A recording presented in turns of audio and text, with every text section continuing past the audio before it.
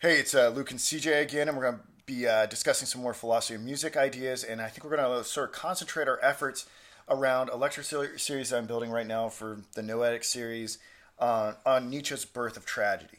And before we really get into any of the meat or any of the substance of the text or stuff like that, we kind of have to talk about why on earth we would trouble ourselves with a book about Greek tragedy and how it kind of came to be. Maybe we should talk a little bit about why we're concerning ourselves in a pragmatic sense, maybe sort of pull back the veil a little bit about what we're trying to do, and maybe what some of our justification is for considering Nietzsche to begin with. So, Yeah, I mean, that's the big question is so what with, I'm sure, anything philosophical, especially because sometimes it can seem so esoteric and so superfluous to life in general. But I think this study that Nietzsche is kind of going through in this text, to me, relates to this idea of history as an important part of realizing certain values that maybe we have neglected.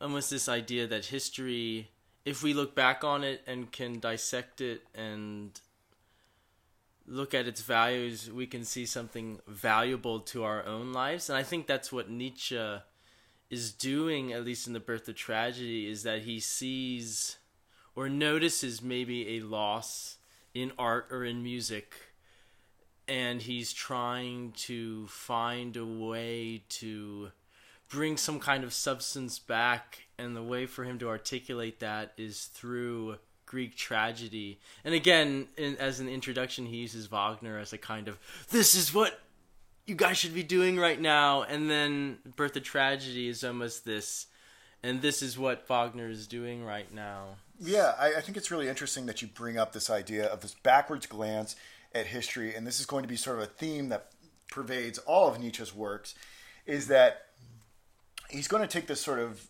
prism that he's going to look at history, and he's going to see that he's not going to so much look at values as being these sort of detached platonic forms or something like that we sort of instantiate in our lives, but they're going to be things that sort of necessarily emerge from the gritty reality of contextualized history. And I think people are all very familiar with that in his work in sort of genealogy of morals, and thus there's Zarathustra, and the comments about God being dead and whatnot. But we don't necessarily think about how art, value, morality, and things like that are actually endemic to the artistic and the creative process. So I think it's really valuable if you are interested in Nietzsche. We see that in his, because he wrote this was his first book. He wrote this at 28, which is insane because it's so incredibly difficult. That you start to see the germination of this idea about how he goes back and analyzes history and our concepts and where we get morality and all these other values from. But it's not a book. At least the part I'm only up to a certain section on the lecture series I've been developing up. So I've only achieved so much. So I can't issue these proclamations about what the book achieves and fails at and da da da da da. I can speak somewhat to the introductory remarks. But the book is really concerned with how art has evolved and what we value in art, and how art gets made, the actors and the historical development of art. And I think we might want to ask ourselves, and probably involve the audience a little bit, is why? What's Nietzsche trying to tap into? What is he trying to create by these ruminations on art? I think he's just trying. I mean, for me, at least, it's important to articulate what it means to be An artist, and as an audience, and what it is to be an audience of art, what it is to appreciate art, and what it is to make art. So I think reading this book, at least, is another way to get another idea in my head, at least, about art and how I can articulate it in a different way. Because I think the ideas that he talks about, things about chaos and order, are things we already think about in art in general, I think. Whether it be, punk rock, it's so crazy and chaotic, or, look at the order of the Raphaelites and the Renaissance paintings. But if we can find maybe another way to articulate it, I think that's more the better. And maybe we'll find that Nietzsche's way of articulating it maybe is one that works with us and complements what we're doing. Is that how you kind of look at? I would definitely say that I would say in the pragmatic thing in terms of like, and as far as what we're doing is, I think we should probably show our cards on the table here as like what we're trying to do as musicians. You and I get together on these Wednesday nights and we make free form music or whatever. And that I think it's really interesting as I read the Nietzsche that would correspond to a certain sort of art tendency that is part of the sort of divided mind and the divided culture of ancient Greeks and then modern Greeks and eventually how we get to our situation. Whereas I do other music projects, specifically like pop, indie, dance music projects that don't embrace that same sort of free-form chaos and might be characteristic of another aspect of creativity. So the Nietzsche maybe for you then is almost kind of finding a way to articulate these two things and maybe to try to marriage them together or at least to try to reconcile. Yeah, I don't quite understand Nietzsche enough to say for certain, but it seems like, at least it seems like, and we'll get into a little bit of the sort of the rudimentary concepts that the Birth of Tragedy is built upon, but it seems like to me the improvisational music that we make has the hue, has the flavor, has the color of what he would deem the Dionysian. I would agree. Yeah. Versus sort of the well-constructed, super polished dance music that I make, or maybe the classical music that you make in conservatory, would be more characteristic of the Apollonian, or Apollinian, I should say. So, but that's a way huge jump because we haven't really explained what any of these things are, and I don't know if I, right at this moment, have enough of a grip on either of those things to say categorically our freeform music is Dionysian and my pop music is Apollinian. Right. But I think what you're saying though kind of cues in the goal, at least of this, is that we can use Nietzsche's definitions and explanations of the Apollinian and the Dionysian or Dionysian. I can't remember how to pronounce it. Dionysian sounds better. Yeah, exactly. I know what you're talking about. But we can use those two as means of which to go through life and maybe try to define certain art forms that we're doing. Stuff like that. And then he also goes into a Socratic aesthetic, which is something completely different, which we'll go into later as well. But having all these different kinds of, not so definitions, but modes of being, which is another whole thing that I don't really understand, that these are modes of being before artists even have a say or manipulation in the matter. But using these modes of being to describe the world and to kind of define the world, I think is what's important for me, at least in reading something like this, is that, like I've said before, it gives me different ways. And maybe it does for you too. I don't know how you look at this text. I'm still figuring it out. Yeah. I'm very much in progress with it. I think I want to circle back around to the question that sort of precipitated so much of this conversation that we've had so far, and that is like, why ought we to take this Nietzsche text seriously? Like, why do we care about these strange terminologies of Apollinian and Dionysian and Greek tragedy and all of that? And I think what's really interesting to take away from the Nietzschean text, and this is an idea that he alone has, but like there are many theories of art, like, and those theories typically involve some sort of explanation for why we find things beautiful or sublime or moving or something like that. But Nietzsche is like going to make the much more audacious claim, and this is like what's really fascinating about the text.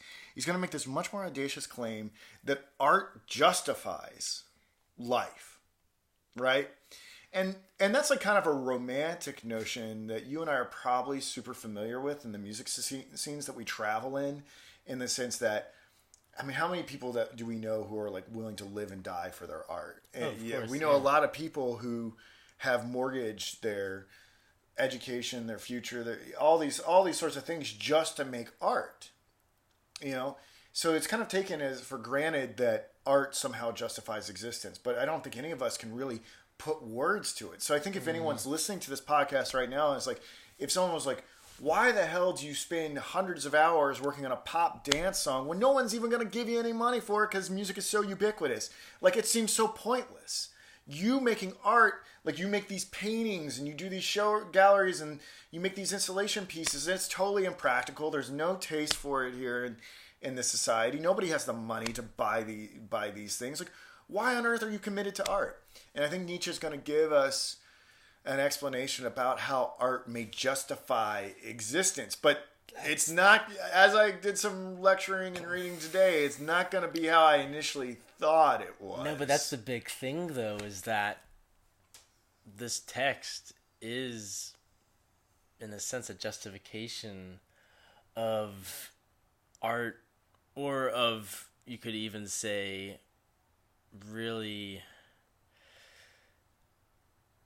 deranged or just kind of underrated or kind of thrown to the side art, or maybe, I don't know, I think of sometimes just punk band in the basement, and you're an audience member there and you're feeling it and you're like, oh my gosh, how do I articulate this? Like Nietzsche would say, oh, maybe it's the Dionysian, and that they've broken down all the Apollonian kind of semblance of the world, and they're just getting to the nitty gritty, and that, oh, you're just feeling it in the moment, and that moment in itself is perfect. And something like that, where it's not necessarily about the money or, well, did I get a big crowd, but the feeling that you get and the reaction. So, like, yeah, even if that's the justification in itself. Right. Really. So if we're going to say, what's the practical import of The Birth of Tragedy?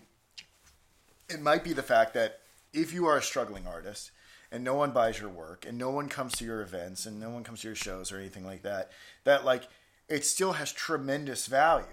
Mm-hmm. But as we've already sort of talked about here, this word value for Nietzsche is not going to be, well, maybe it is, but it's not going to be unconditional. It's going to be something that takes shape as the result of certain dynamics that are at play. Yes. And let me see, we're at the 10-minute mark, so maybe we should start developing some of these things. We've kind of given a little bit of a reason for why people should be interested in Nietzsche, but maybe we should start sort of laying bare these preliminary concepts, which I'm going to say right here are going to be totally up for revision as I make my way through the text, because, like, Nietzsche is, like, surprising me all over the place with his claims, and it's a really fascinating book.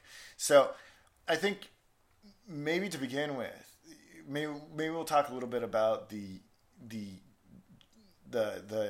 essay on sort of self-criticism, the attempt at self-criticism, and, like, what generally he's trying to do there in those preface remarks. It's very, very odd, at least to me. I've never encountered anything like it, where you preface your work with almost a caveat or a disclaimer that I was young and stupid when I wrote this. Please don't really pay much attention. That's what I got for, at least. Yeah. He was a little embarrassed, at least that I can tell. And I've never really read that from a preface before. Yeah. So it really kind of brings into question, then, it almost digs us in a deeper hole than we were already. Why read this text if the author is kind of trepidatious about it? And maybe I take it too much. My understanding is that he doesn't throw the baby out with the bathwater. Like, I think when he critiques the book that he made when he was 28, I guess, and how was it, like 16 or how many years late? I don't know. It was like 10 or at least 16. Let's say at least 16. Well, I don't know. He died young, so I don't. He might have died at 44. I'm not exactly sure. Let's say 5. At least 5. Yeah, I mean, it's sometime after he's done The Birth of Tragedy, where he's doing the attempt at self-criticism. Mm-hmm. People can look it up on Wikipedia when all this stuff happens. I don't really get too mired in the dates and whatnot. Maybe I should care, but he's significantly more mature as a philosopher. And the thing that he's really critical of is, I don't know if he's really critical of the substance of the book, but he's really critical of the literary style that he's written in. It's very bombastic when it needed to be concise, and very concise when it needed to be, more expounded upon to a greater degree.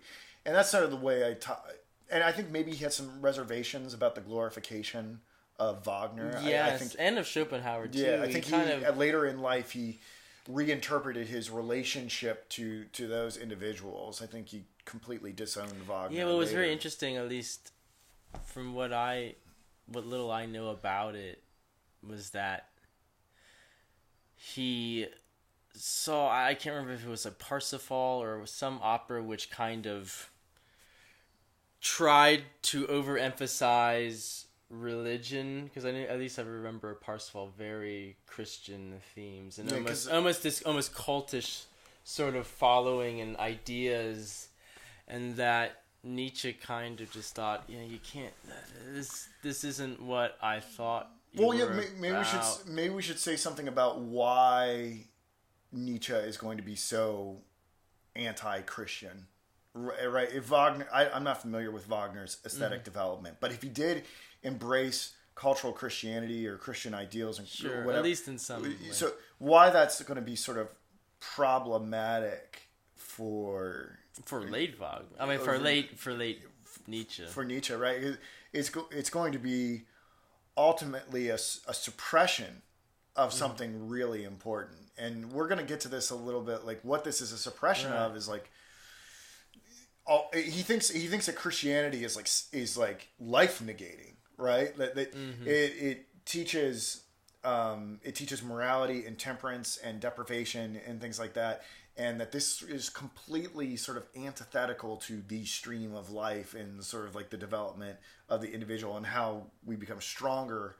Right. Individually and sort of collectively. And he does a dialectic too, at least in a small part of the Birth of Tragedy, to the Olympus, the Mount Olympus and all of that of the gods up there, and he says, if you're trying to find the benevolence and the love and the it's not there. Agape of the Christian or Abrahamic religions, you're not going to see any of it. So okay, which is a whole other. So story, let's migrate over that, because we've talked about the attempted self-criticism, what he essentially tries to do there. He does dedicate this book to Wagner, but will later sort of recant on that.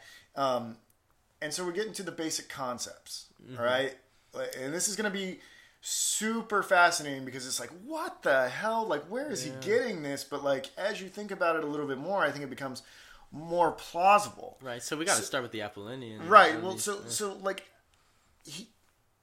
I think I'm trying to find where our access point is going to be on this.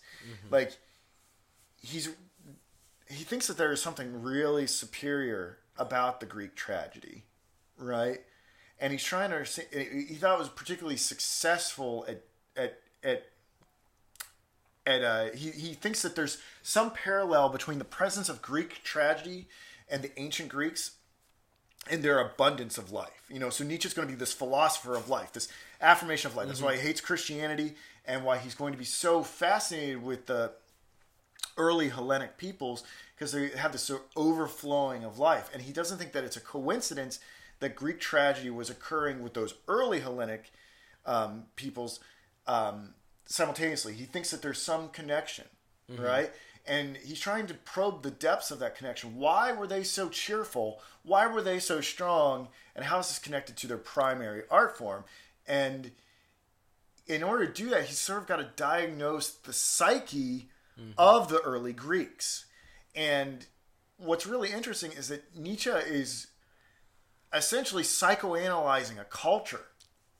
And if he gets this psychoanalyzation of the culture, and it is actually a magnification of the individual, and these entities and these impulses, these instincts, I have no idea what they are really. I'm still figuring it out.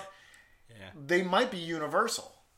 And then you might be able to say, if you look at the globe, you might be able to account for artistic movements in different countries and epochs, and because it's this war that's waged between these forces that are within man. And I mean, it's really not that far away from the Freudian psychoanalysis that we're really all familiar with. Like we take for granted that there's an ego, a superego, an id, or whatever. Like, Nietzsche's kind of getting into that territory with this book. He's kind of he was writing before Freud, wasn't he? Or because otherwise he would have had access to. Yeah, he would have maybe gone on the couch. Yeah, Freud was. That would have been an interesting case study. Freud was writing in the.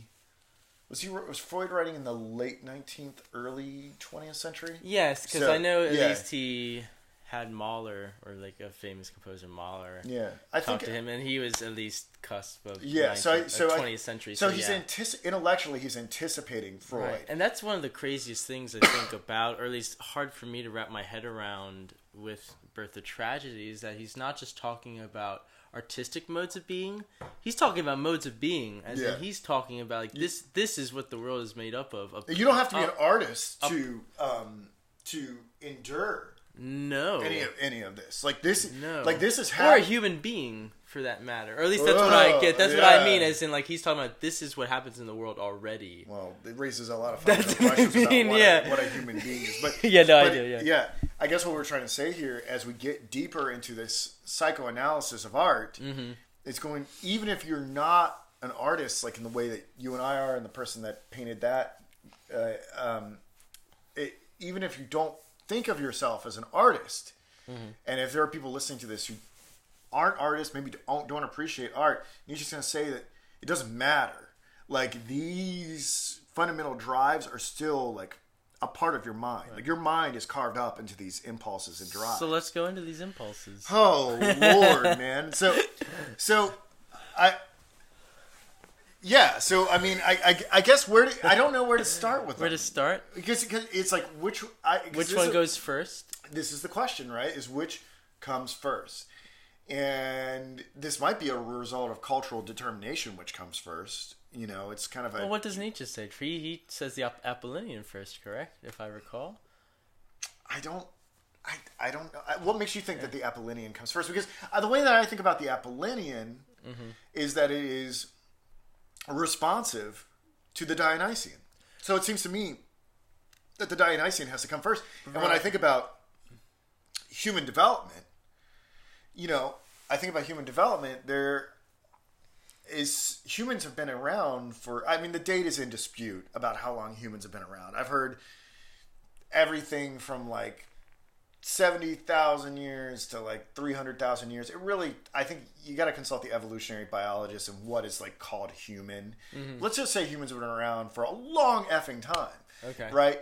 But there's only been art for a fraction of that time. Like, right. we start to see, I mean, I think we start to see like art first sort of appear like in cave paintings and things like that. But presumably for millennia before that, there are human beings. So I think you're playing into my point. Though, I feel like so I guess I feel like the Dionysian has to come first, but maybe it doesn't matter where it starts. Maybe we just have to illustrate the tension between these two art impulses. Right, but I feel like Nietzsche at least goes in the, or maybe he would go in the Apollinian first, in the sense that he's trying, like you're saying, he's trying to dissect Greek culture, and in order to do that, he has to go into the semblances or the images that the Greeks make, and he goes into the idea that even Mount Olympus and the gods living lives for the Greeks, in the sense that they had to create these gods to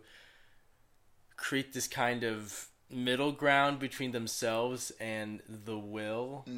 Or this really terrible truths about life that needs to be dissected first, and then, you know, at least that's kind of where the Greeks are starting at, is this, they have to create a sort of but that's interesting. You know, he talked about in other parts how there are certain Dionysian forms that come first. Like he there's not all manifestations of these impulses are the same. Like, there are going to be Dionysian Greeks and then Dionysian barbarians, and they're very different things. Right. But maybe we should get caught. We're having a very specific. Let's leave it an open question about which comes first, and maybe we can maybe at the end of this, or maybe in another episode, we can talk about which came first, the Apollinian or Dionysian. So why don't you tell the people?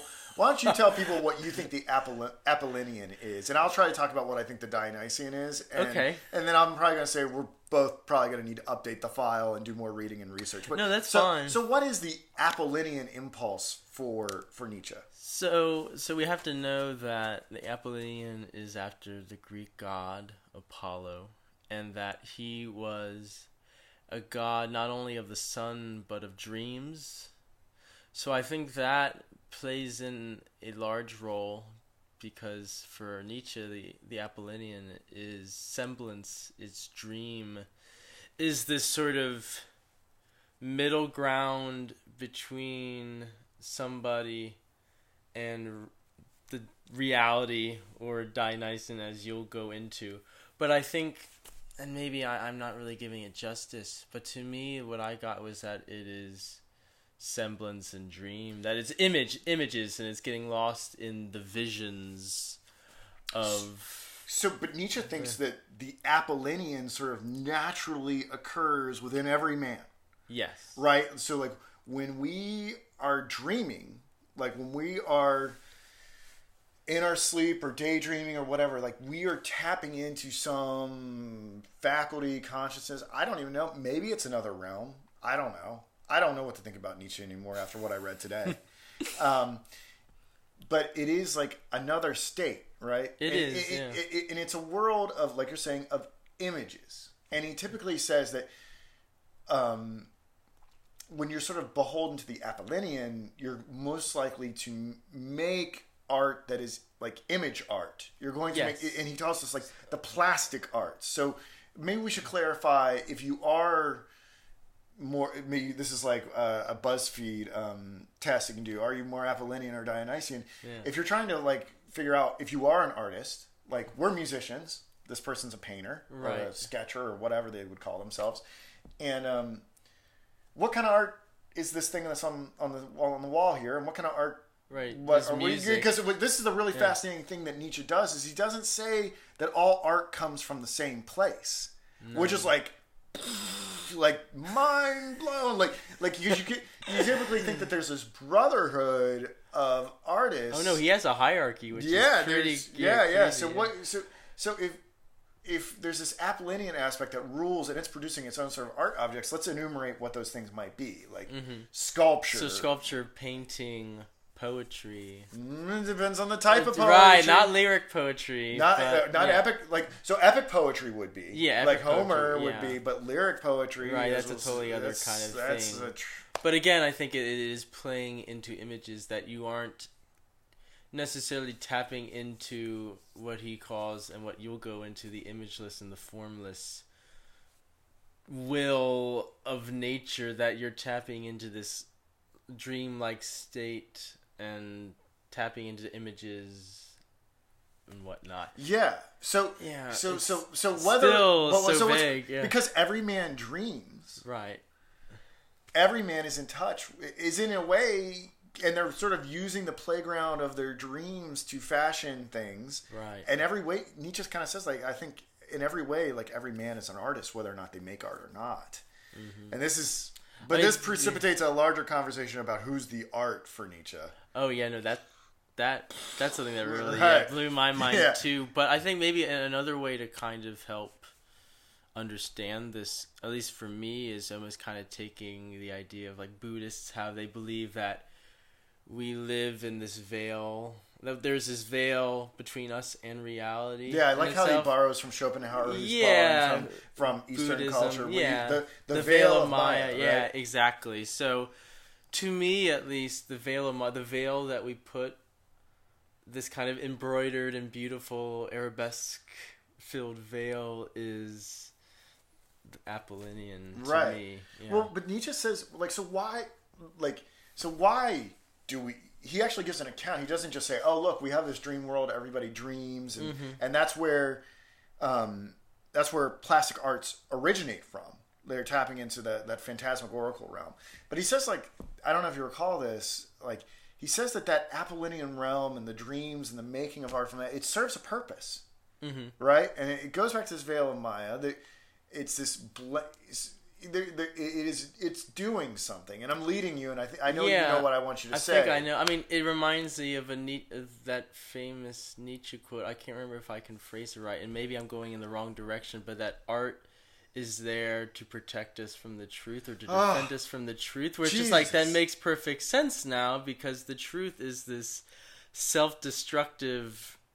I mean, maybe I'm going into something completely different. Keep going. But like it's trying to defend us from this, or it's trying. Jeez, I don't even know. It's defending us from the truth. Yeah, because if we had it, if we encountered it fully, I mean, it reminds me of the story he gives of King Midas going into the forest. I don't know if you remember this. Going into the forest and encountering that little wood sprite who's just like, and he's just like, what's the greatest truth of them all? And he's like, the greatest truth is that you should die, like that life not to be lived. Life not to be lived. And he's like, well, the second best thing for you is to die soon. So art is there to defend us from that truth, or to maybe flip it, or to have a transfiguring mirror where maybe it's maybe it's to live longer, or that we should So well, he takes this, the fact that we dream. He takes it as a personal piety, that the fact that we dream has some healing effort. Yeah. But so like when you and I dream, and I full disclosure, I actually don't dream that often. I don't know that either. You and I both. I didn't know that. That's interesting. I would like to explore that more often, why we don't dream. Maybe a Freudian text or something. I always thought it was because of psychological medications I had to take at some point in my life. It just like erased my ability to dream, or I don't remember them. But what's interesting, he thinks dreams heal, and not all dreams are pleasurable. Like, for instance, if you go through a breakup with somebody, and you have a dream so real. Mm-hmm. I think there was a band called Dream So Real from Athens. But if you have a dream so real, like you imagine yourself back with your lover, right? And then you wake up and you're like, oh my God, I want to go back to sleep. Like that's and you can't like distinguish between waking life and dream life, and like that the dream is like healing a deep down knowledge or want or whatever. That there's purpose to the dreams, even if they seem like madness. So like if I dream about like my father being murdered, or I dream about getting my dream girl, or my dream job, or whatever else, like all of these are psychologically, even though they don't make sense to us at the time, healing our damaged psyche in some way. And even if we know it's a dream, I know Nietzsche goes into that too. He says the person that intentionally tries to dream. Right, and he says like, oh, I dream? Well, I'll dream on. Yeah, like, that's okay. I don't care if this is a dream. And that's another interesting part too of the Apollinian, in a sense, is that you know its semblance, or that the painter knows that that's just an image. He's not taking it for reality, which is another thing we'll go into further, at least when the Socratic takes reason, or what Nietzsche would call semblance, as the reality of the world. So I'm curious what happens when we turn that veil and we maybe rip it off. Well, what is that? I'm not ready to go there yet. No? Because I think we have a little bit more to say about the Apollinian. You think so? Okay. Just a little bit, because the extension of, if dreams are healing the psyche in our sleep, by extension, he's going to say that that the art that is produced by that dream world is going to do this healing as well. And you've already intimated, it is blanketing over an existential truth that we all fundamentally know that we can't tolerate, and if we did, we may like kill ourselves if we understood it. We'd be like, we might take the Sibyllus's, is that the name of the mythical creature? Silenus or something. Silenus, Sibylus. Yeah. Like they may take this mythical creature's advice and not want to live, right? And so Nietzsche's going to say that it creates this intermediary world between us and the actual reality, because we make Earth more beautiful. Like we create Olympian gods, we paint things, we do Mount Rushmore, whatever. We make things more intriguing this way. We kind of bring that heaven that's in our minds, or that terror that's in our minds, into this world to make it more like a fantasy. But there's something so it not only blocks off the reality, but it blocks off a certain truth. Yeah. Or it gives it, it gives it relief. Yeah, it gives it relief. And it produces what he calls an illusion, right? And that illusion is what?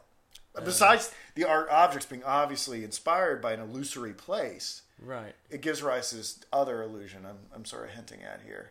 Are you talking about like the Veil of Maya, or I'm talking about the Veil of Maya? In addition to blanking over the existential world, gives rise to what he thinks is a total illusion, which is the self. The self, yeah. That's true too. The individual. No, that's true.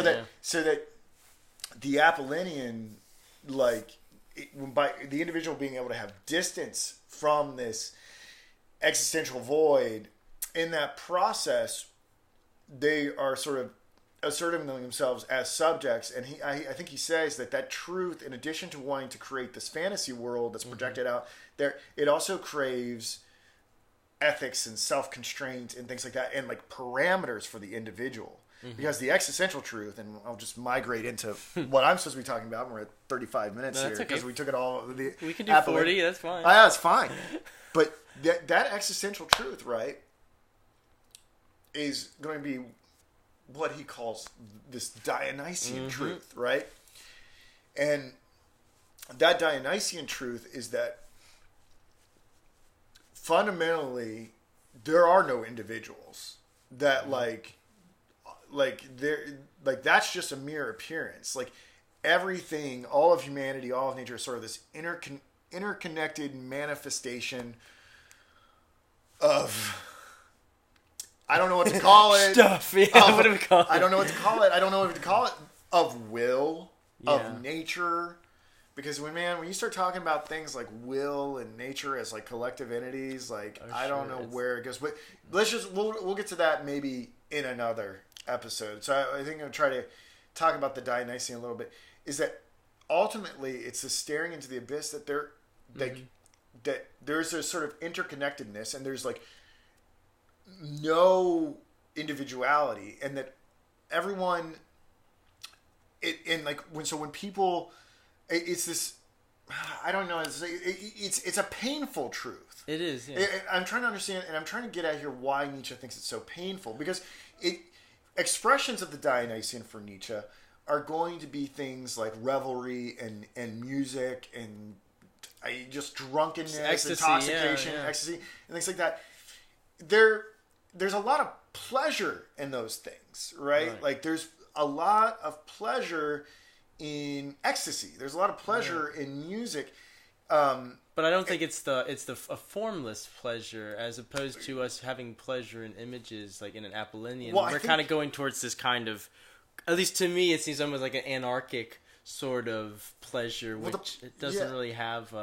I think the pleasure comes from the fact that you have this obliteration of self, right? You fuse with all of humanity, all of nature. You call like a fellow feeling, kind of like ode to joy, crazy. So, like we're all one being. Yeah. So you throw us up, and we experience this. Like when we make music downstairs, is like when we're making this improvisational stuff. There are moments where you just get lost in the music, and there is a sort of oneness that you and I experience when we're playing, when we're really listening to each other.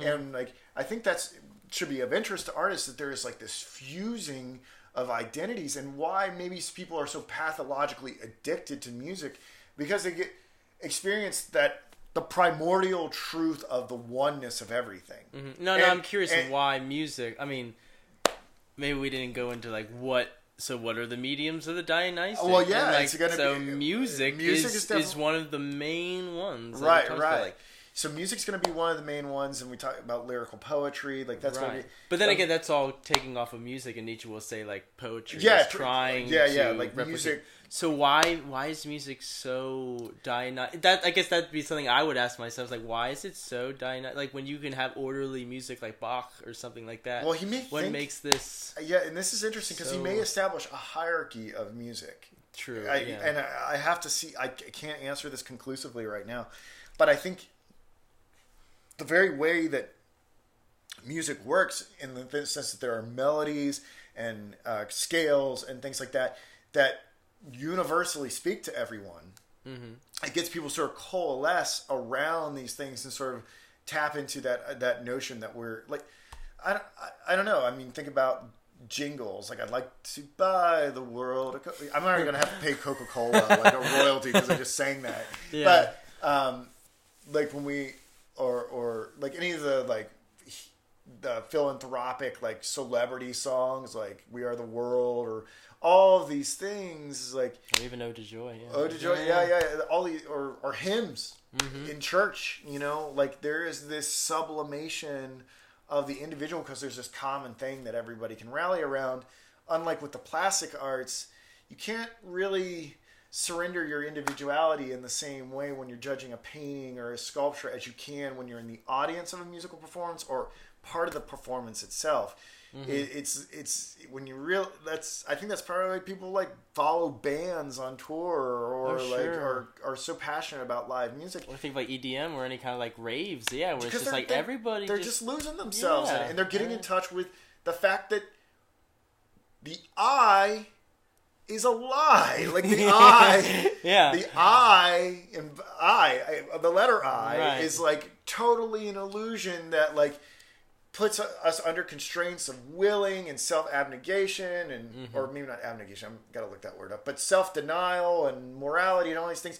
And it vexes us so much to be an individual and be beholden to Apollonian art forms. Whereas the Dionysian allows us to surrender personal willing, and allows us to kind of get lost in that mass of humanity. Now, the thing I don't quite understand is why the Dionysian becomes so painful that we then have this sort of... I do understand it, but I'm sort of thinking about it as we're talking. Yeah. Why we have this reflexive response to go then make Apollonian art, or then to go hide in ideology, as Nietzsche would say, of Christianity or something like that. Well, again, I think that goes back to the quote-unquote famous quote where, like, art is there to protect us from the truth, because if it wasn't there, the truth would obliterate us. And I think maybe Nietzsche's talking about the idea of if you are totally immersed in Dionysic art and that's all you do, like, you are going, like, talk about destroying the self. Like, do you just have to take a bunch of ecstasy to cope with life? Yeah, I don't know. Right? Well, no, that's what it sounds like, where it's like if you just get lost in this ecstasy, you will lose yourself, in the sense that you will probably die too. Like, in a sense, like that's how I look at it. I wonder if that could explain why we see...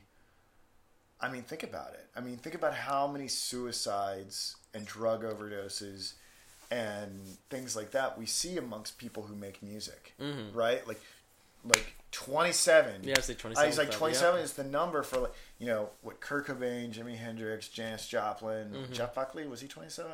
Maybe, I can't remember. Elliott Smith, The musical artists or the genius that's so typed into this Dionysian, if they are too dialed into it, like so many, and they understand the primordial truth of existence, that existence is fundamentally meaningless from the individual perspective.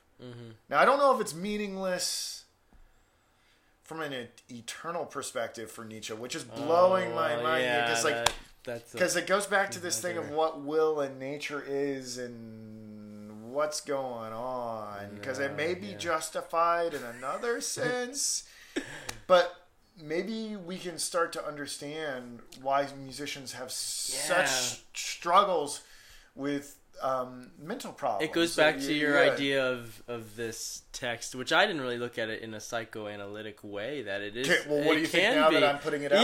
No. I think it makes sense. And granted, too, with all those examples, of course, they also had the stress of society on them too. And maybe we can't say like, oh, they were so tired. I mean, of course, I know, but it's oversimplification. But it does give us a sense that art can be self-destruct by itself, at least how Nietzsche is describing it, can be self-destructive, and that we need at least Dionysic art can be self-destructive, and that we need the Apollonian to give us relief from that. And that's where tragedy comes in too, where it kind of creates this middle ground for you not necessarily to be destroyed, but you have image but the image is still kind of banking off of the will, or this, if the veil was lifted, which we can go in. I think we're going to have, maybe next time. Mainly because I'm not prepared to talk about that yet. But so I think we've covered some of the basic instincts and impulses and the dynamic relation and the ping-ponging back and forth between them. We tried. So let's. I think we did a good job. You did a good job. It was fun. You know a lot. You know this text better than I do. I'm really trying. All right, man. I'm going to stop it here, and then we'll do another one of these next time. That's hopefully great. I figure some stuff out. Thank you.